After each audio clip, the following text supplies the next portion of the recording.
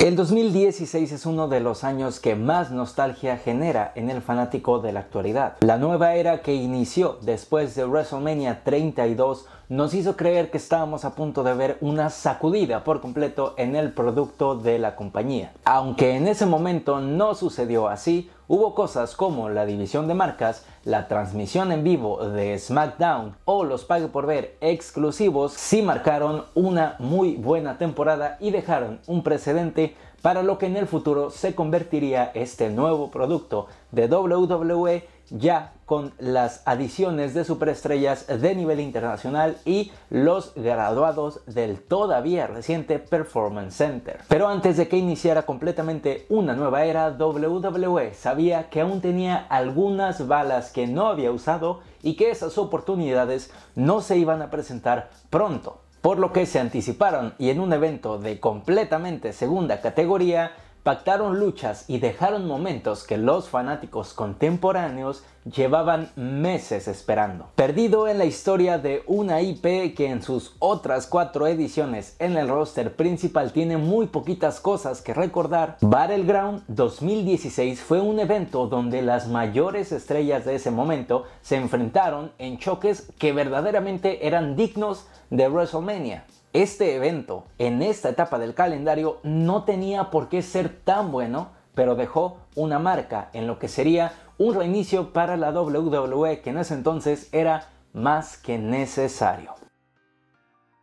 El evento ya inicia con una sorpresa y completando la profecía de las 4 jinetes en el main roster. Una lucha en parejas entre Charlotte Flair con Dana Brooke contra Sasha Banks y una oponente misteriosa que terminó siendo Bayley. La luchadora hizo su ansiado debut en el roster principal y se llevó un pop brutal, no era para menos, para la que ya se había convertido en ese momento en una leyenda de NXT. La lucha, la verdad, es un pretexto para mostrar este momento, ya que realmente es muy corta, dura aproximadamente 7 minutos y con la acción de las 3 luchadoras principales se hace aún más corta. Además de la presentación de Bayley, este también era un muy buen despliegue para Sasha Banks, quien apenas estaba subiendo también a esas oportunidades titulares, y este sería el momento donde iniciaría su icónica rivalidad con Charlotte Flair. Y bueno, no podemos dejar de lado que también marcó el precedente de la amistad de Bayley y Sasha Banks,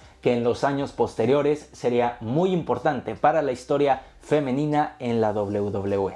Este es el ejemplo de luchas de calibre de WrestleMania, ya que tenemos un 3 contra 3 entre The New Day y la familia Wyatt. Un New Day que no es para menos, pero acababa de cumplir el récord con el reinado tag team más largo en la historia, que le duró varios años. Lo curioso aquí es que estábamos también en medio del draft y para este momento la familia Wyatt ya se sabía que estaría disuelta debido a la división de sus miembros en los shows de cada marca. De alguna forma esta fue la última vez que vimos a la Wyatt Family original teniendo un combate. La construcción de este combate fue buena, incluso teniendo esa polémica por el precursor de los combates cinematográficos, que la verdad fue una copia de lo que estaban haciendo los Hardys en TNA en ese momento, y teniendo como diferenciador al personaje de Xavier Woods, que estaba completamente paralizado por la presencia de Bray Wyatt, y durante el build-up de este combate nunca lo pudo atacar, algo que incluso desató teorías de lo que podría ser un turn heel y una traición dentro del New Day. Entonces, así de sencillo y bien hecho se buqueó este combate, aprovechando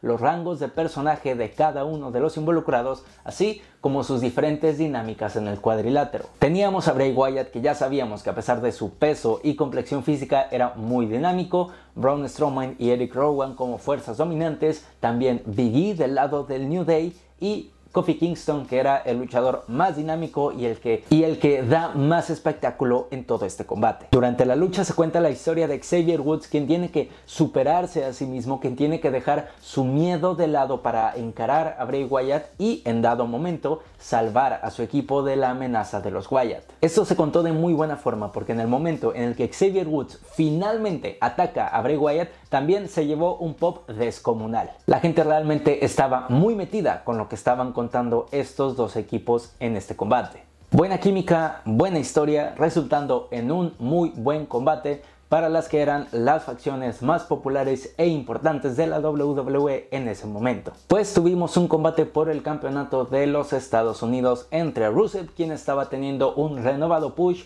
y Zack Ryder, quien también estaba teniendo un destello dentro de su carrera después de aquella histórica victoria en WrestleMania. Lo más destacado de este combate quizá es que las dos superestrellas estaban siendo bien construidas durante los meses previos y para los estándares de ambos luchadores estaban llegando over a este momento.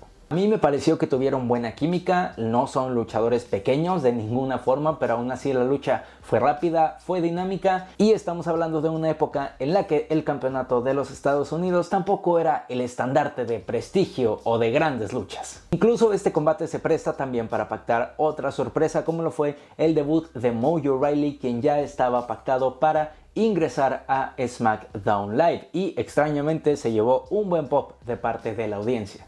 En la cuarta lucha pasamos a uno de los highlights no solo de la noche sino de todo el año. El primer gran combate individual entre Sami Zayn y Kevin Owens en el main roster y vaya que valió la pena. La lucha es muy buena, es intensa, es muy física, es cruda, no hay secuencias apantallantes, no hay secuencias frenéticas, al menos en el inicio del combate, porque todos los movimientos que estás viendo duelen. Repito, es un combate muy físico, se juega en el cuello, la espalda, en muchos movimientos y es por eso que es un combate más pausado, porque te están vendiendo esos ataques, estás incluso tú como espectador procesando todo lo que estás viendo, la brutalidad con la que estos dos se dan en el cuadrilátero, algo que en la actualidad a veces no sucede. En combates de esta índole como con esta esencia a veces no tienes ni tiempo de procesar lo que estás viendo, aunque claro, también llega ese momento del fighting spirit donde es el mismo dolor el que los hace levantarse, ponerse de pie y seguir luchando hasta el final.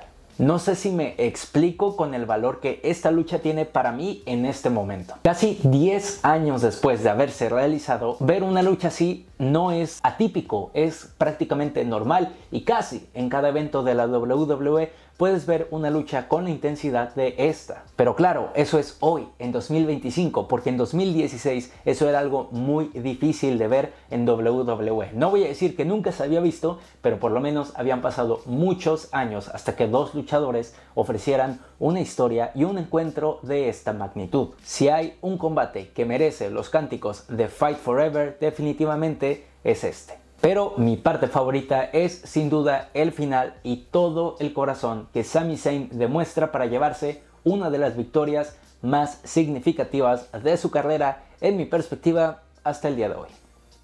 Después tuvimos un combate del que la verdad no me acordaba, pero que fue una grata sorpresa encontrarme en este evento. Un combate individual entre Natalya y la irlandesa Becky Lynch. Sorprende sobre todo porque nunca en la historia de WWE es normal ver una lucha individual entre dos mujeres sin nada en juego en un pague por ver. Y WWE te estaba mostrando su confianza en Becky Lynch de cara a esta nueva era, porque solamente por decir, este combate individual dura más que el opener, que incluso involucraba a la campeona de la división. Aunque Becky es quien termina rindiéndose, este es un muy buen combate donde ambas sacan a relucir su calidad, su técnica a ras de lona, en un combate que, como el anterior, es algo muy distinto a lo que se ofrecía en la programación en aquella época. No olvidemos que veníamos de una época dominada por las velas, por lo que este despliegue de lucha libre se siente como una bocanada de aire fresco. A continuación nos encontramos con ese combate de la noche que ha envejecido mal. Antes de lo que sería un paso histórico con el campeonato intercontinental para The Miz, estaba en esta etapa donde aún no se ganaba nuevamente la confianza de la directiva y entonces le daban historias de muy bajo perfil. Igual que como pasa el día de hoy cuando la empresa hace mofa de lo que dice Donald Trump, en ese 2016 estaban recuperando, estaban parodiando una de las polémicas más grandes durante su primera campaña presidencial, llevando ese lema de Make America Great Again a la lucha libre, pero con uno de los luchadores menos interesantes de todo el roster. Y digo, Darren Young y The Miz no son los peores luchadores que he visto en mi vida, pero no hay nada de valor en este combate. No es memorable, no son buenos personajes, no es una buena historia, no es buena la lucha. Los comentaristas incluso se ponen a hablar de películas de la pobre acción que presentan en el cuadrilátero. Y para rematar, en una lucha genérica llena de candados a la cabeza y tiempos muertos, el final no tiene ningún sentido. En determinado momento, Darren Young ataca a The Miz afuera del cuadrilátero e inmediatamente el árbitro toca la campana, pero ni hubo cuenta fuera, ni mucho menos esa acción representaba una descalificación. Simplemente el combate se termina y la decisión del árbitro nunca se explica. Bueno, no todo en el 2016 podía generar nostalgia, ¿verdad? Tuvimos otra lucha de 3 contra 3, esta sí con todo el espíritu de House Show, porque la verdad aquí lo que vende es la novedad, el hecho de que una superestrella como John Cena comparta el cuadrilátero con más luchadores que estaban muy over en ese momento y que 6 meses antes ni siquiera estaban en la programación. Creo que fue una buena manera de continuar la rivalidad individual entre Cena y Styles y a la vez utilizar estos luchadores que sí acababan de llegar al roster principal y necesitaban tener esa exposición. Aunque la lucha la verdad se siente con algo de potencial desperdiciado porque John Cena no entra hasta los 10 minutos de iniciado el combate y mientras todo es una paliza para Enzo Amore, pero incluso una superestrella como Big Cass, que era el más diferenciador en ese combate, casi no brilla cuando pudo haber hecho alarde de su tamaño y de sus habilidades, pues mínimo para verse un poco mejor o para hacer secuencias un poco más llamativas. Los intercambios entre Cena y Styles individualmente son mínimos en este combate, pero te siguen demostrando que tienen muy buena química. Es extraño tener dos combates de 3 contra 3 en una cartelera de pague por ver y definitivamente esta no fue la mejor de la noche. Ah, sí, también tuvimos un segmento de Chris Jericho y Randy Orton que estaba regresando a la programación y supongo que funciona para eso, para traer nuevamente a Randy Orton luego de meses de una lesión y vender la rivalidad con Brock Lesnar de cara al siguiente evento, pero nada más. Finalmente llegamos al combate más importante de la noche, la triple amenaza por el campeonato de WWE entre los miembros de The Shield. El aura y todo el contexto, todo lo que involucra este combate da para un solo video, porque no solamente era la triple amenaza de los 3 ex integrantes de The Shield, sino que en medio de este contexto del draft se estaban peleando para definir en qué marca iba a quedar el campeonato de WWE según el luchador que ganara esta lucha. Y también teníamos la muy polémica decisión de incluir a Roman Reigns en este combate que no olvidemos se perdió toda la construcción de este evento por ser suspendido 30 días luego de fallar las políticas de bienestar. Para sorpresa de nadie, la gente estaba enojadísima de que Roman Reigns, aún siendo despedido, formara parte de este combate titular y eso se demuestra en su entrada y en todas sus apariciones en la lucha, donde es sumamente abucheado. Y qué decir, esta lucha es muy buena, no llega a las 5 estrellas, no llega a ser legendaria, pero a mí que crecí viendo a The Shield me parece correcto, me parece justo todo lo que pasa. Hay buenas secuencias, hay buenos spots, hay reversas de los movimientos finales, hay desastre alrededor del cuadrilátero y sobre todo hay muchos sentimientos. Se nota que todos tienen algo que decir, algo que pensar sobre el otro contrincante y sobre todo hay muchos callbacks a la historia de The Shield. Hay momentos donde incluso se difuminan los papeles de heel y face, ya que todos aportan algo a este combate. La lucha potencia las cualidades de cada uno. Ni Reigns ni Ambrose son los mejores luchadores en este momento de la historia, pero todos se complementan muy bien y la acción es muy interesante. Realmente este combate te mantiene atrapado todo lo que dura.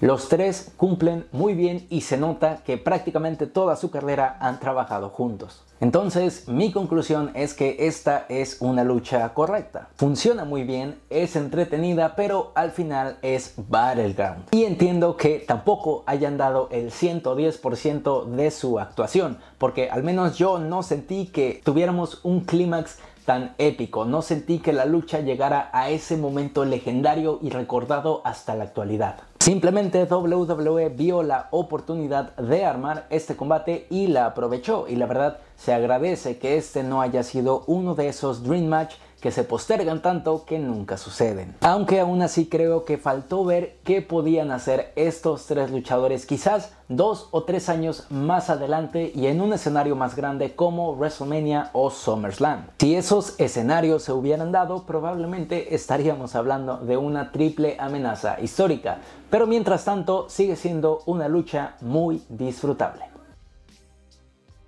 Definitivamente es un viaje ver este evento y ponerte a pensar dónde están el día de hoy esas superestrellas que hace 9 años se veían con tanto potencial. No sé explicar si este evento cierra o abre una nueva etapa, pero definitivamente Battleground 2016 marcó una era en la WWE.